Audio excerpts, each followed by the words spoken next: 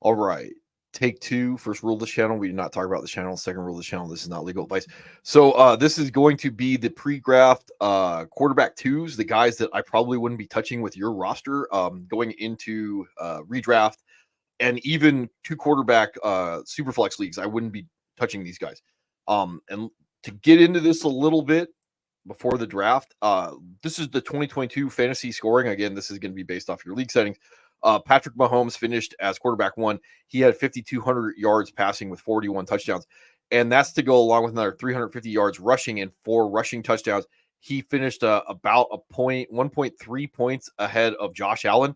And to understand like why this gets really wonky, Josh Allen finished 2022 with 4,200 yards passing, 35 touchdowns, and that's to go along with 762 yards rushing and 7 rushing touchdowns. So these two stat lines, Patrick Mahomes outpassed Josh Allen by 1,000 yards passing, and then Josh Allen doubled up Patrick Mahomes basically in both rushing yards and rushing touchdowns. And then still the difference ended up being these 6 passing touchdowns between the two of these guys, and the point differential with all of that between these two guys to be in that elite category, or at the very least, like if Patrick Mahomes is elite, Josh Allen, Jalen Hurts are in the sub elite category. It still ended up being like 1.3 about between quarterback one and quarterback two, and then between quarterback one and quarterback three, again the sub elite category, it ended up being about 2.3 points between the two guys. So when we're actually looking for these guys, taking certain guys off of waivers later in the season is going to be more valuable than actually dumping draft capital into guys that are very capped. That's how I see it. You can run your roster however you like. So in 2023, Josh Allen was quarterback one, and the differential between Josh Allen's season, 4,300 yards, 29 passing touchdowns, 500 yards rushing, and 15 touchdowns was 2 points difference per game with Jalen Hurts, who did 3,800 yards passing, 23 passing touchdowns, 600 yards rushing, and another 15 touchdowns. So again, the differential between the two guys was 2 points. That's why Josh Allen was the elite guy. Jalen Hurts was sub elite. And then I have this here pulled up with good old Joe Flacco. The guy to win leagues, if you were streaming, was Joe Flacco. He going on this pace between week 14 and week 17 when he was 20 points per game. And I didn't realize this until it was too late that Joe Flacco with the Browns, and then this is why it gets all weird. The Browns, hey, we're going to play defense and run the football, had the highest neutral passing rate in the NFL during this span. So Joe Flacco, when he's finishing at 20 points a game over some of the most valuable fantasy weeks of the season, he would allow you to jump up into that Lamar Jackson, Dak Prescott range. And I'd pull him up, but I think it screws up every time. There it goes. So Joe Flacco, quarterback 4 overall on the year during some of the most valuable weeks on the year. And that's because, he's got this ridiculous passing clip, and he's vulturing touchdowns from everybody else on the team. So that's how you would get there with that. So moving on to all of this, I have this tier. This would be roundabout quarterback like 14, I think. If I were to tier these guys together in this group, and again, not how these guys are going to finish off. I'll show you good old Russ. Russ maybe being the league winner out of this group, and we'll get to him in a second. But Jared Goff, he's going to just have that very limited rushing upside that it needs to go together with like this higher volume passing offense. And going back to 2022, when Patrick Mahomes did that 5,200 yards passing and 40 touchdowns, if we're going to tell a story how Jared Goff like wins you a league, he's got to add about 500 yards passing and 10 passing touchdowns on the year, because he's just not going to be a rusher. May have a little bit more rushing upside when it comes to the touchdown departments, but that's just statistically, that's nothing that he does anything special. So maybe he gets a couple quarterback sneaks, but otherwise he's just not going to have the volume to do it. And we're trying to get more blood out of a team that is a good offense, but probably has 2 running backs that are going to finish with over 1,000 yards rushing, could end up having 10 touchdowns, rushing touchdowns apiece. That's a long road for Jared Goff to go from quarterback 7 last year with injuries and busts to being able to flirt with the range of outcomes that I need to win a league, which is going to be around like 23 points a game to 25. Like that's our quarterback one that we're expecting next year is going to be somewhere between like 22 points a game and 25 points a game, more than likely, if they can get up to like Lamar Jackson's ridiculous year a couple of years ago. I think he was at 27 points a game, something like that, 26. So those just give you an idea of what we're chasing. And Jared Goff, if the over underline is 2,300 yards like he did last year, 4,500 yards passing, 30 touchdowns. The over underline on him just isn't going to do enough to move the needle. I have it someplace up. He would do, I think, 17 points a game. So you're looking at 6 points difference between Josh Allen, who had a sort of a pedestrian elite level year, and Jared Goff. So moving on to the next guy, like Tua, and this is the same problem, is not going to get the rushing upside that's needed. So maybe he can take that passing step forward to 5,000 yards passing, 40 something passing touchdowns, and that's fine. But again, that's going to probably walk him up to 20 points per game. That's what we're looking at with Flacco last year when Joe Flacco went on this run. Like, you could see that he just didn't have any rushing upside, and he's doing it all by passing touchdowns and passing yards. So again, like, even if we try to get that out of Tua, who doesn't have the rushing yards, like, we're looking at an increase of somewhere around like 600 yards passing and 40 or 10 to 15 passing touchdowns. Long road, and a guy like probably has more value in 2 quarterback leagues, super flex leagues. And again, based off the capital that I would be spending on this guy, I'm going to go look deeper in the draft to see if I can either Frankenstein the position and find that Joe Flacco, or get lucky on like a Will Levis later on in the draft. Kirk Cousins, he's a little bit more interesting, except for the Achilles tear that he's going to be coming off of. That's going to bother me a little bit more. He has been slightly deceptive with some of his red zone usage. Kirk likes to call his number himself when he gets down there, and that we love that from a fantasy perspective. But overall, like, getting back up to the passing volume that like Kirk would need to move the needle into that elite or sub elite level is going to be very difficult for him to do. And my issue with him, you have the variable, he's going to a new team. That can go either way as a coin flip, up or down. But like, again, we're trying to say, hey, is he going to get close to like 5,000 yards passing and 40 touchdowns? And this is a guy that has capped out on passing touchdowns at 35 in 2020. So overall, like, how I tell the story where Kirk Cousins gets there, it's going to be really tough. Even though I do like guys going to new teams, just become a variable that you could take a dart throw at. And then Matt Stafford, he has been fantasy relevant before. 2021, 4,800 yards passing, 41 touchdowns. So how we get there at that point, with 340 fantasy points on this one. So to give an idea of that 4,800 yards passing and 40 touchdowns, where it would rank Matt Stafford, you're looking at quarterback 3 or quarterback 4 going into the 2023 season if we were to apples that. Overall, just with that jump in passing yards and passing touchdowns. And with him, Matt Stafford, he has it at early in his career had a little bit more nimbly bimbly. Now, like, he's just old and he's not going to do stuff like that. So he's just not going to push the needle. And again, to give you an idea, like, if we got a little bit of blood out of a 4,800 yard passing season with 40 touchdowns, you could push up into this range of 20, 21 points per game if we could get that higher volume passing offense and just a little bit of rushing upside. Because those two rushing upside weeks where a guy gets like 2 rushing or 1 rushing touchdown, if he gets 2 on the year, are going to give me the 2 spike weeks that are going to make a difference. And then from a fantasy perspective, just the roulette wheel of the season, maybe that happens in the right week, during the playoffs, or when I need to get in against like a Jalen Hurts, who's going to give me like a opponent that has like a 30-point week that week. So I can compete with those guys that have just a little bit of the nimbly bimbly.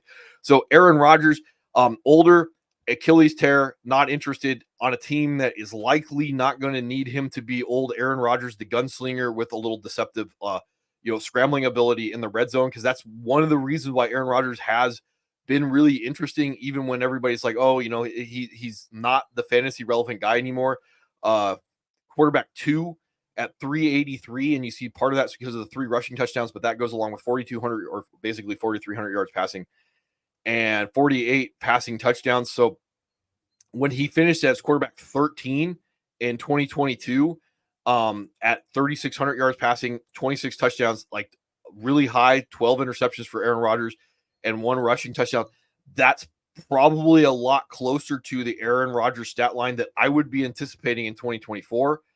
Baker May, and again, he had career highs in rushing yard or passing yards with 4,000, and then 28 passing touchdowns in 2023.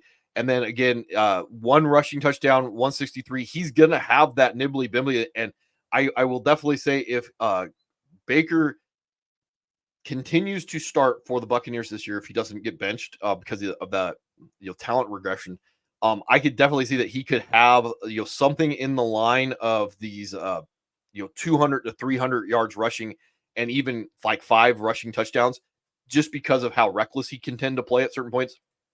The comp that I would say about playing styles, and this is not about talent, like or a comparison of the two guys, like Jameis Winston a couple years back when he threw 30 interceptions, also 30 touchdowns. Guys like Baker May, stuff like this, like if the fantasy gods roll the dice in the right direction, you have this massive upside season, but you also have a massive train wreck season. So if everything goes in the right direction at one time, like a guy like Baker Mayfield, like he could jump up and be in the realm of like this 21 points a game guy. But at the other side, like you could get a guy that doesn't even finish the season because the coaches are like, yeah, we can't win with you playing like this. But again, probably going to be able to get him off of waivers. Geno Smith, the idea behind him was this 2022 upside season, quarterback 5. Again, only 313 points scored in this to finish quarterback 5, and that's 4,200 yards passing, 30 touchdowns, go along with 366 on the ground and 1 rushing touchdown. So the idea is that he could do this again, and maybe we get a little bit more rushing upside, maybe a little bit more passing upside. He takes a step back overall. Still probably has the 2022 range of outcomes in him, but again, you're trying to get everything to work out in the right direction at the same time, and you're probably going to get some Frankenstein stat line between 2023 and 2022 if you're trying to put capital into Geno Smith. Would not be surprised.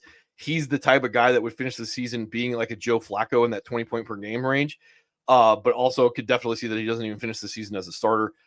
Derek Carr, absolutely no fantasy value outside of maybe like a desperation replacement level guy. Never going to have the nimbly bimbly. And the most he's ever done from a passing touchdown perspective his second year is 32. So he just doesn't. I mean, this to say it bluntly, he just probably doesn't have the talent. 3,800 yards passing last year, 25 touchdowns. The biggest year he had was the 4,800 yards passing in 2021. And then the idea was that he was going to take the step forward in the passing touchdown department. Didn't happen. And again, we could say reasons. We could say it is talent. We could say it's not talent. I don't care from a fantasy perspective. He has to tell me the story where he gets to 4,800 yards passing and like 40 touchdowns without the rushing yards, just to put him in the range of like a weekly contributor from a fantasy perspective, about 20 points per game. That like we talked about with the Matt Stafford quarterback 5 in 2021. That's what he has to take the jump to do, and that would be 1,000 yards passing and 15 touchdowns. That's not going to happen. And then so these guys have a little bit of interest to him, like Russell Wilson. If he can stay healthy and he can stay the starting quarterback for the Steelers, and again, but ifs and asterisks, he has quarterback 1 range of outcomes in 2017. Quarterback 1 with the about 4,000 yards passing, 34 touchdowns, but that goes along with the 586 rushing yards and 3 touchdowns. Now he's older. Again, guys tend to be a little less nimbly bimbly as they get older. He tried to run around like a chicken with his head cut off at 35, and that cost him a little bit. So I would imagine that this rushing upside is only going to go down a little bit, and then he's going to end up being in that, like, maybe if we get lucky, 4,000 yards passing, and Russ is still somewhat good, which is something we haven't seen in a while, and then he can get back into 30 touchdown passes. Not going to move the needle too much to win a league. It is going to allow me to ride a ship that I missed on a guy on. And that's if everything goes in the right direction, and which I think is going to be very, very difficult to do. I don't know if the Steelers have that much of an investment in him. And then the other guy is Justin Fields. Like if he can get a hold of quarterback starting position at certain points in the season, he's going to have the ability to be quarterback one on the week. I don't, think unless he starts the season, he's going to have the ability to be quarterback one on the year.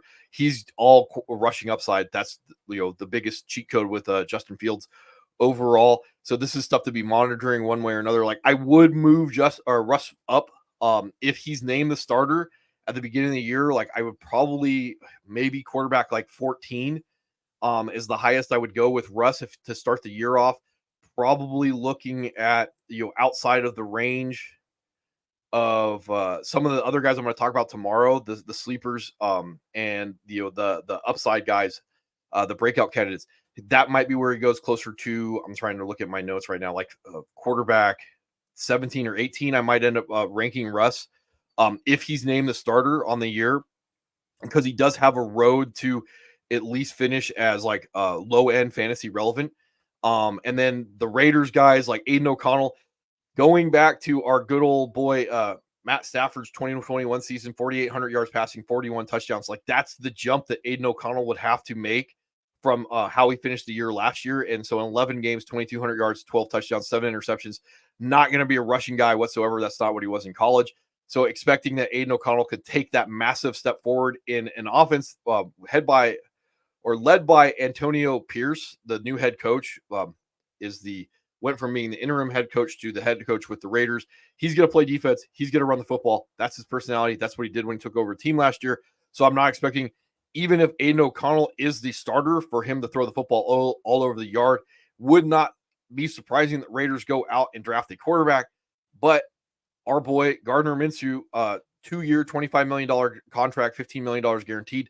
I would bet that Gardner Minshew is going to be the starter for the Raiders this year, and he's probably not going to be fantasy relevant. If he ends up getting the starting job at a certain point in the season, he's got like just enough nimbly bimbly to have a spike week, because he will be that Baker Mayfield type run around with the chicken, like a chicken with his head cut off. 3 rushing touchdowns on the season last year. He's just never probably going to reach the passing volume to win a league.